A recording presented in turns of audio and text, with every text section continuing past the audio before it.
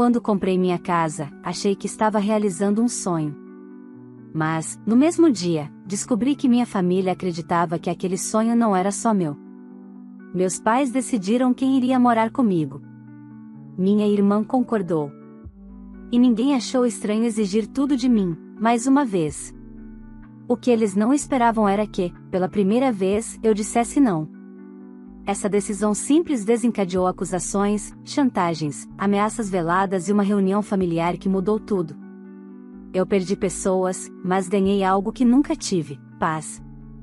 Se você já sentiu que precisava se sacrificar para ser amado, essa história é para você. E o final, ninguém estava preparado.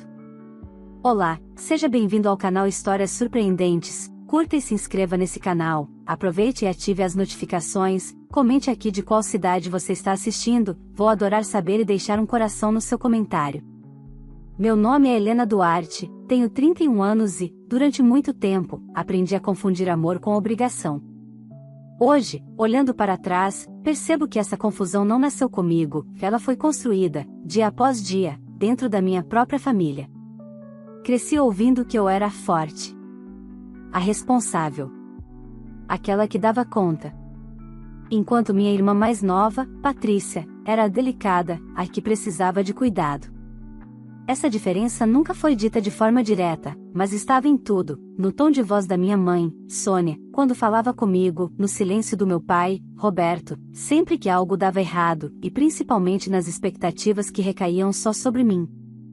Desde cedo, fui eu quem ajudou nas contas, quem abriu mão de sonhos para manter a casa em pé, quem ouviu frases como "é só uma fase" enquanto a vida ia ficando pesada demais.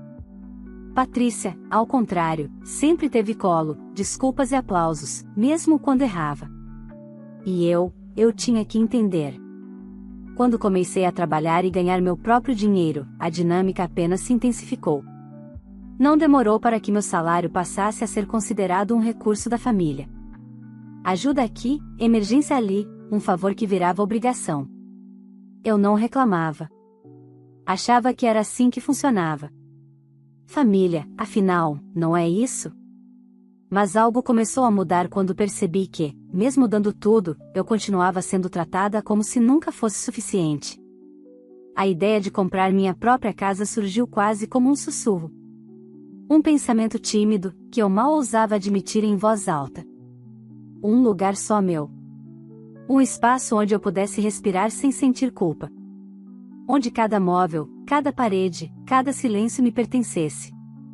Quando finalmente consegui juntar o valor da entrada, senti algo que nunca havia sentido antes: orgulho. Não daquele que se mostra, mas daquele que aquece por dentro. Comprei uma casa simples, aconchegante, em um bairro tranquilo. 2 quartos. Nada luxuoso. Mas era minha. Só minha. O problema é que, na minha família, nada que é meu permanece meu por muito tempo. No dia em que contei a novidade, não houve comemoração. Houve cálculo. Minha mãe perguntou quantos quartos tinham. Meu pai quis saber se havia espaço para mais gente. Patrícia sorriu daquele jeito que sempre antecede um pedido, ou uma exigência. Ela estava noiva de Eduardo, um homem que nunca conseguiu se firmar financeiramente.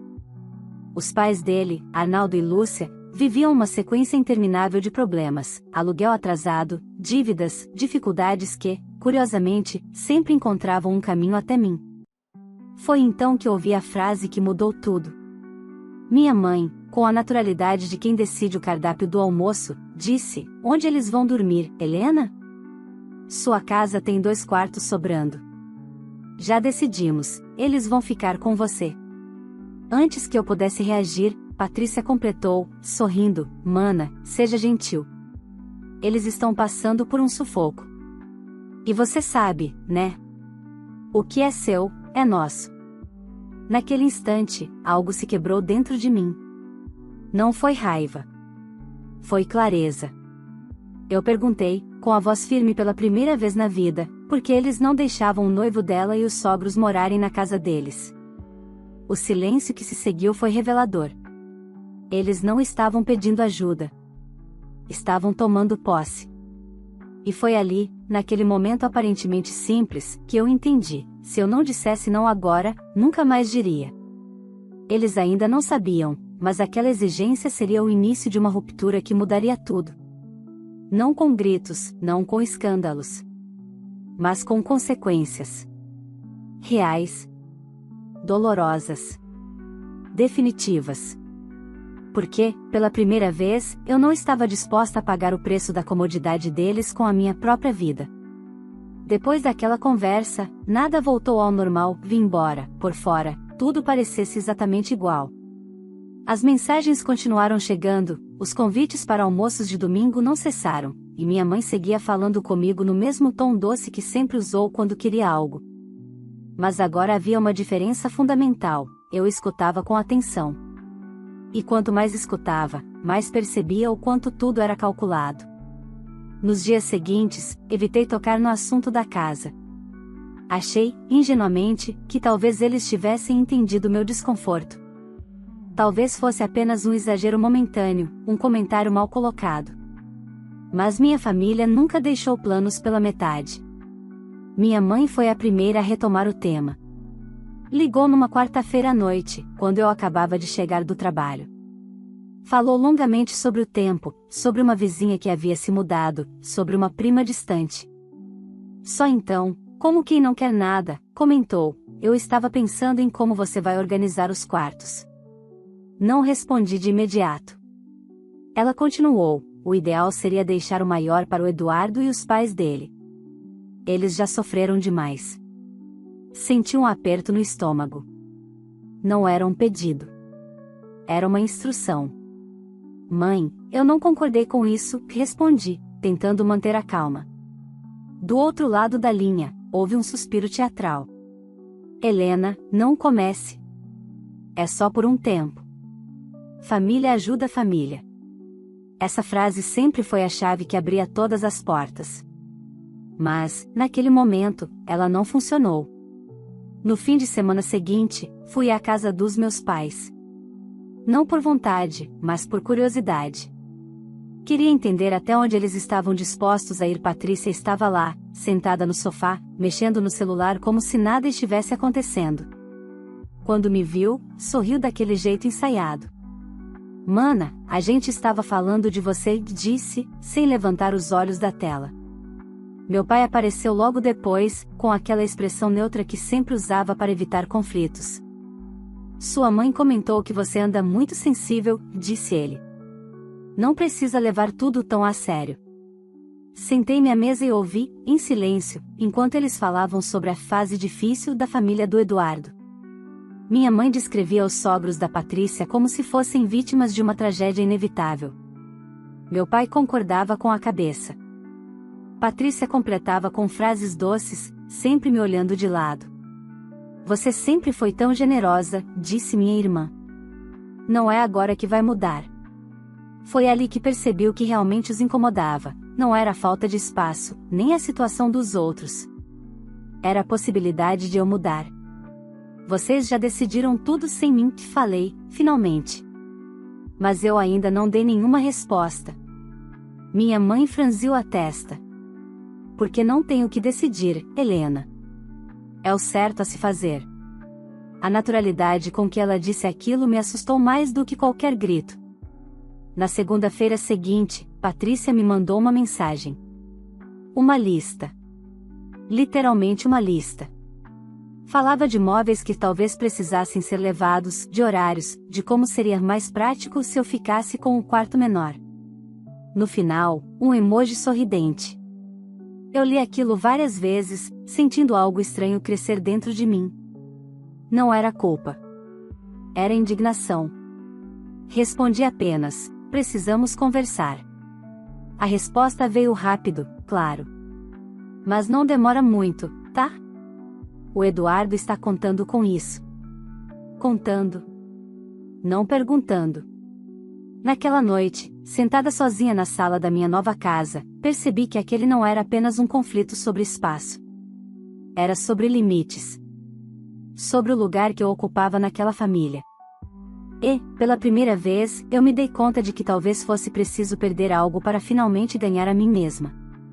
O que eu ainda não sabia era que, ao recusar aquele pedido, eu estaria mexendo em estruturas que eles jamais imaginaram que eu ousaria tocar. E que a reação deles não seria imediata, seria estratégica. E muito mais cruel do que eu esperava. A conversa que eu pedi não aconteceu como eu imaginei. Na verdade, ela nunca chegou a acontecer de verdade. Porque, quando se trata da minha família, diálogo sempre foi apenas uma formalidade antes da imposição. 2 dias depois da mensagem da Patrícia, minha mãe apareceu na minha casa sem avisar. Eu ainda estava organizando algumas caixas quando ouvi a campainha. Ao abrir a porta, encontrei Sônia com uma sacola de supermercado numa mão e aquele sorriso ensaiado no rosto. Pensei em trazer um bolo, disse ela, entrando antes mesmo que eu respondesse. Colocou a sacola sobre a bancada como se já fizesse parte da casa. Caminhou pelos cômodos observando tudo com atenção demais. Parou no corredor, olhou para as portas fechadas e comentou, quase casualmente, dá para reorganizar isso aqui com facilidade. Respirei fundo. Mãe, eu pedi uma conversa. Não uma visita técnica. Ela me lançou um olhar ofendido. Nossa, Helena, você anda tão diferente. É essa casa nova que está te deixando assim? Sentei no sofá e a encarei.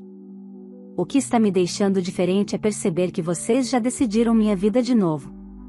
O sorriso dela desapareceu por um segundo, rápido demais para quem não me conhece perceber. Você está exagerando. Pouco depois, meu pai chegou.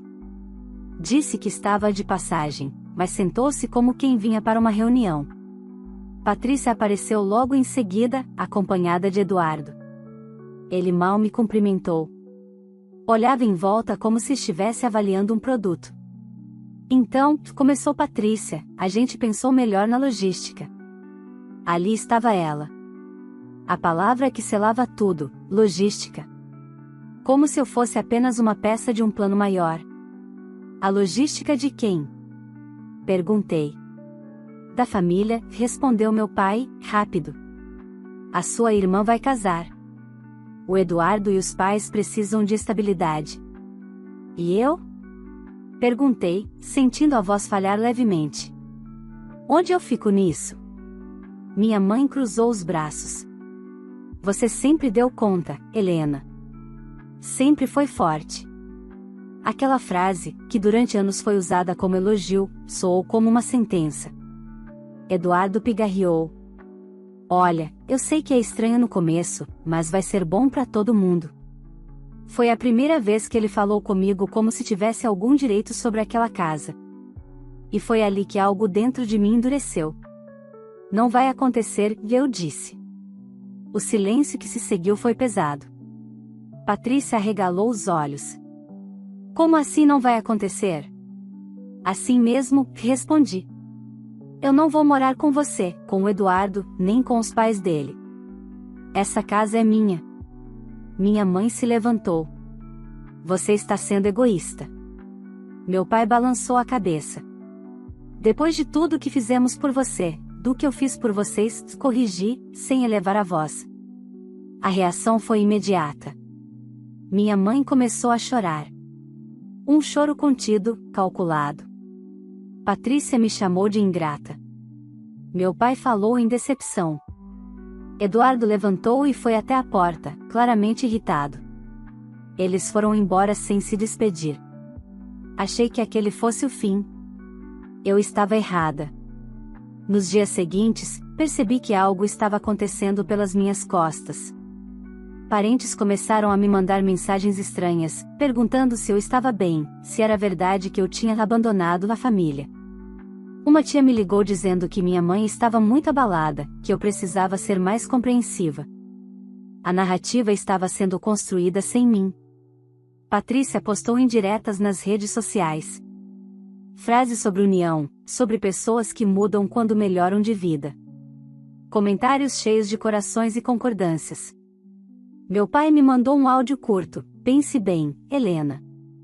Suas escolhas têm consequências. Foi a primeira vez que ouvi aquilo como uma ameaça. E, naquela noite, sozinha na minha casa, percebi que dizer não tinha sido apenas o começo. Eles não estavam dispostos a aceitar limites. Estavam dispostos a me punir por impô-los. O que eu ainda não sabia era até onde eles iriam para me fazer ceder. As consequências começaram de forma sutil, quase elegantes demais para serem chamadas de ataque. Um convite que não veio. Um almoço de família marcado sem mim.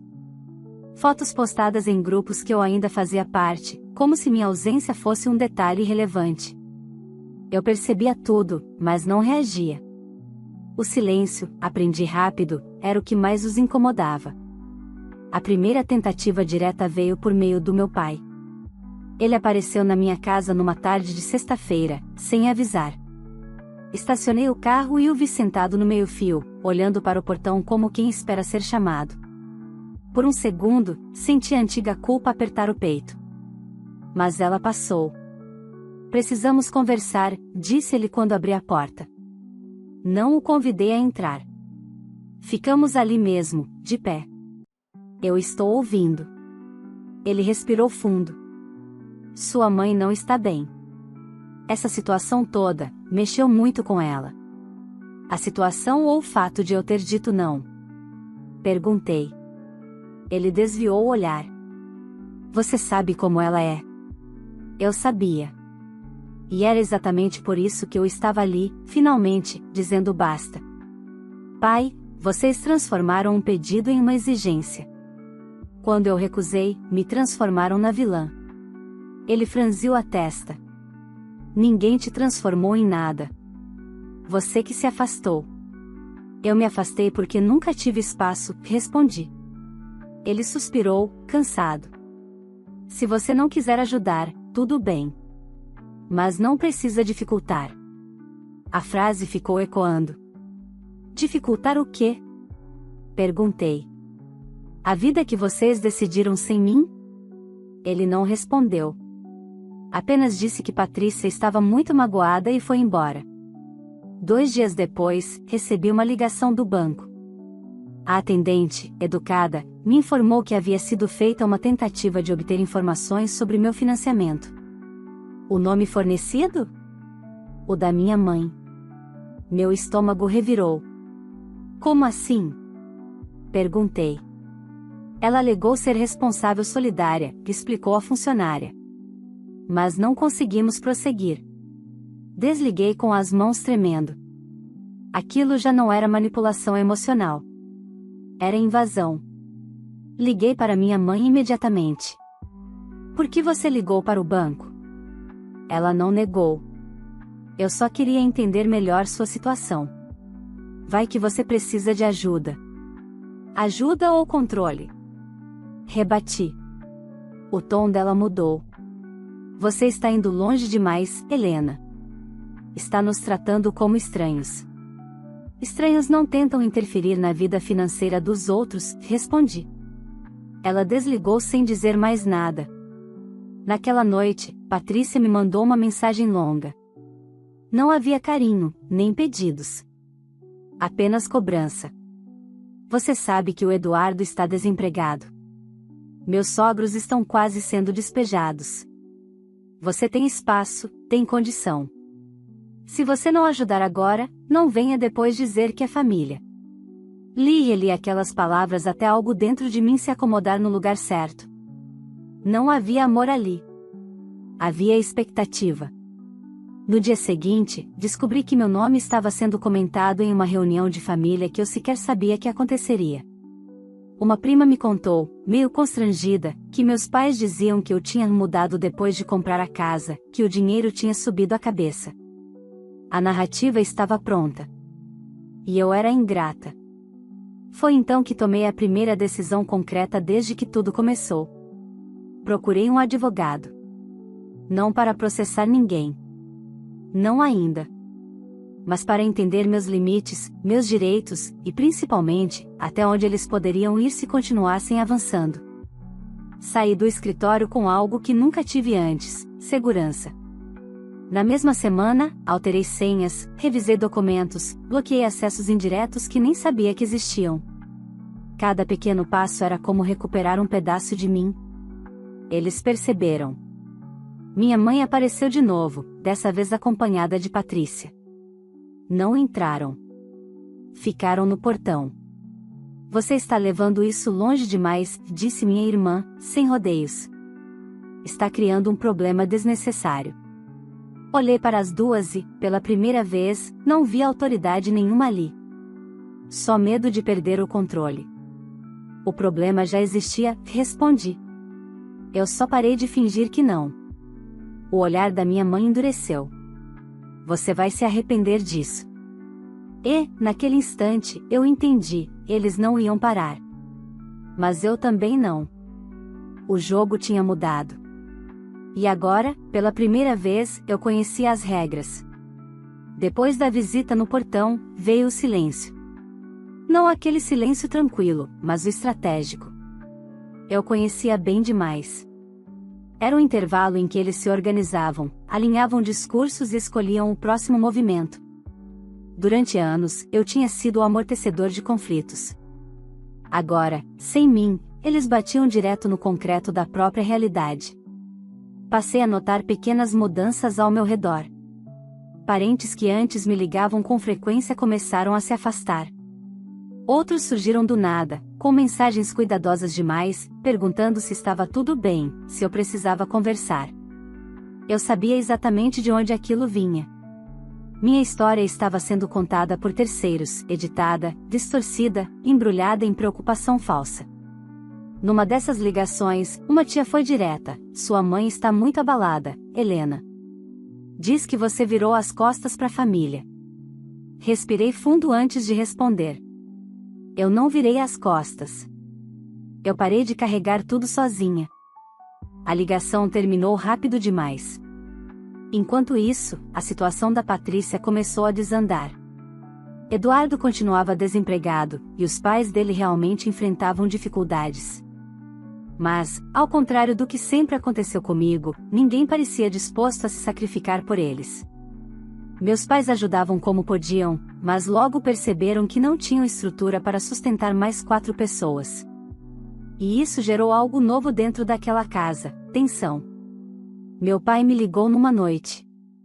A coisa aqui está ficando complicada, disse, sem rodeios. Esperei. Ele continuou: talvez você pudesse repensar, só até eles se organizarem. Foi a primeira vez que ouvi cansaço real na voz dele. Não chantagem. Não ameaça. Cansaço. Não, respondi, com calma. Ele não discutiu. Apenas desligou. Dias depois, Patrícia apareceu sozinha no meu trabalho. Não avisou. Me esperou na saída, encostada no carro, com os braços cruzados. Aquela postura de quem vinha preparada para vencer. Você está feliz agora? Perguntou assim que me viu. Olha o caos que você criou. Eu não criei nada, respondi. Eu só não consertei. Ela riu, nervosa. Você sempre foi fria.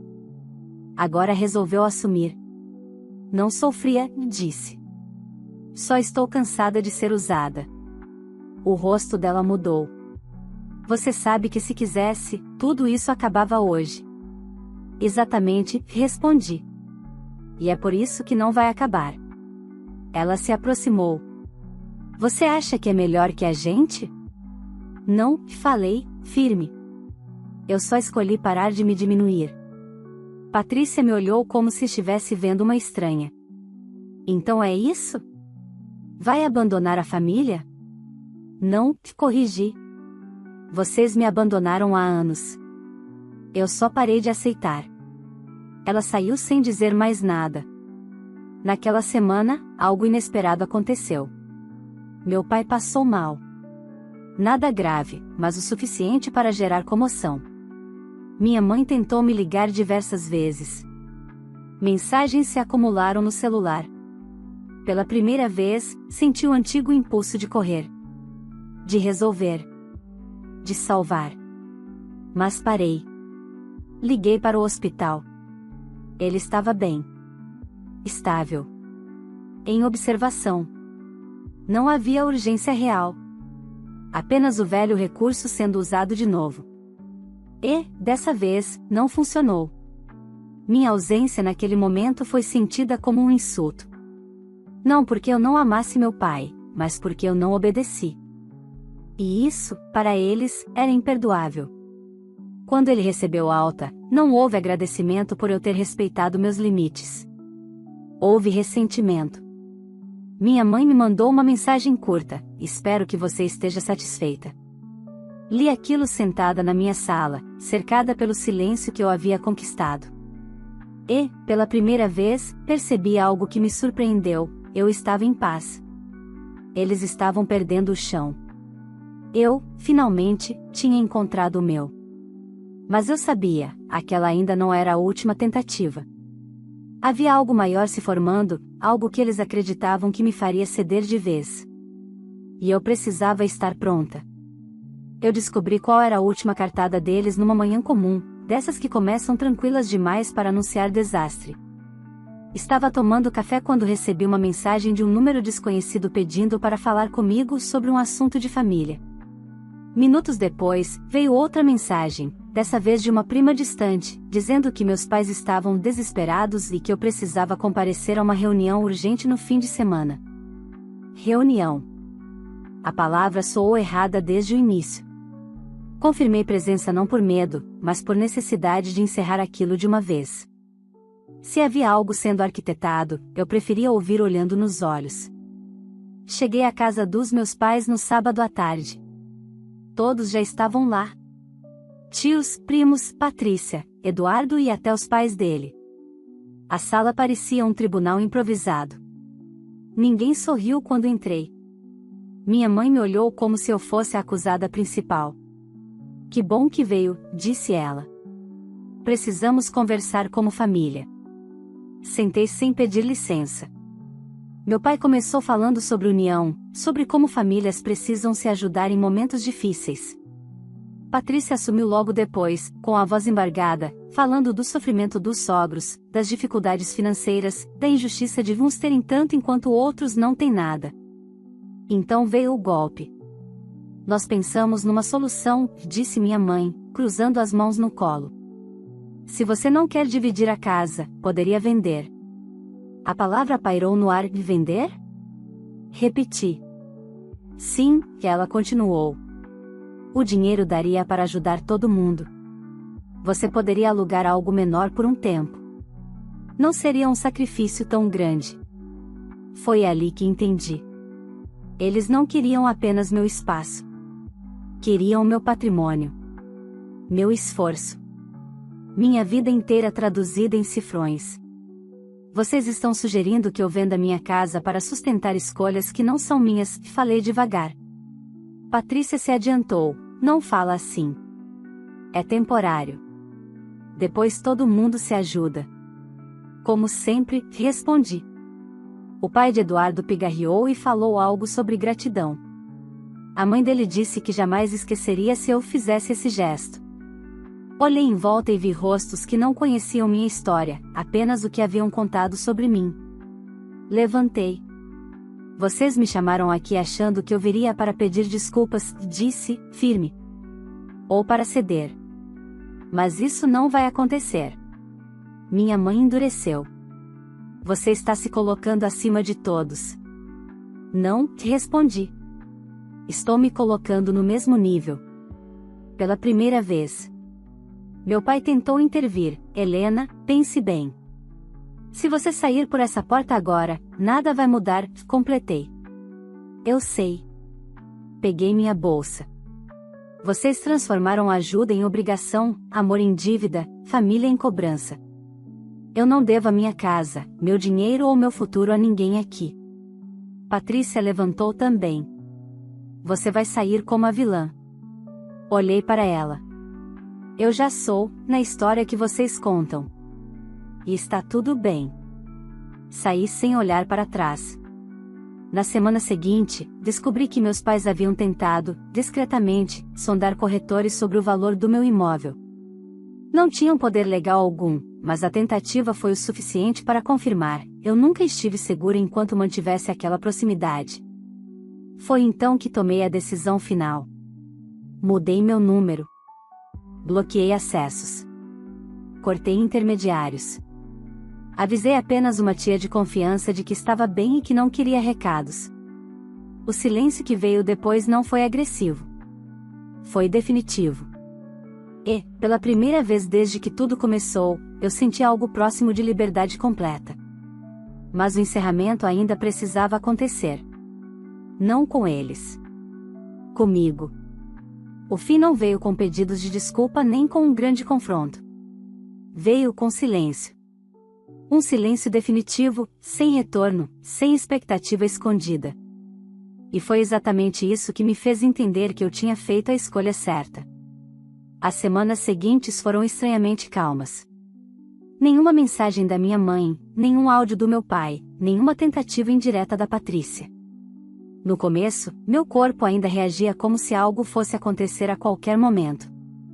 Eu acordava com o celular na mão, esperando a próxima cobrança, o próximo drama, a próxima tentativa de me puxar de volta para um lugar que nunca foi meu de verdade. Mas nada vinha. Soube por terceiros que a situação deles continuava difícil. Eduardo arrumara um trabalho temporário.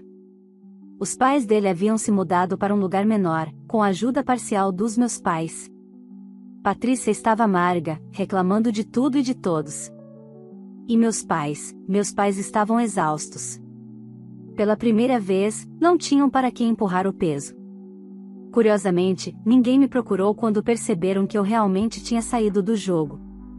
Não houve reconciliação, porque reconciliação exige reconhecimento. E isso eles nunca estiveram dispostos a oferecer. Eu segui em frente. A casa, que no início parecia grande demais para mim, foi se transformando aos poucos. O quarto vazio virou um espaço de trabalho. A sala ganhou plantas.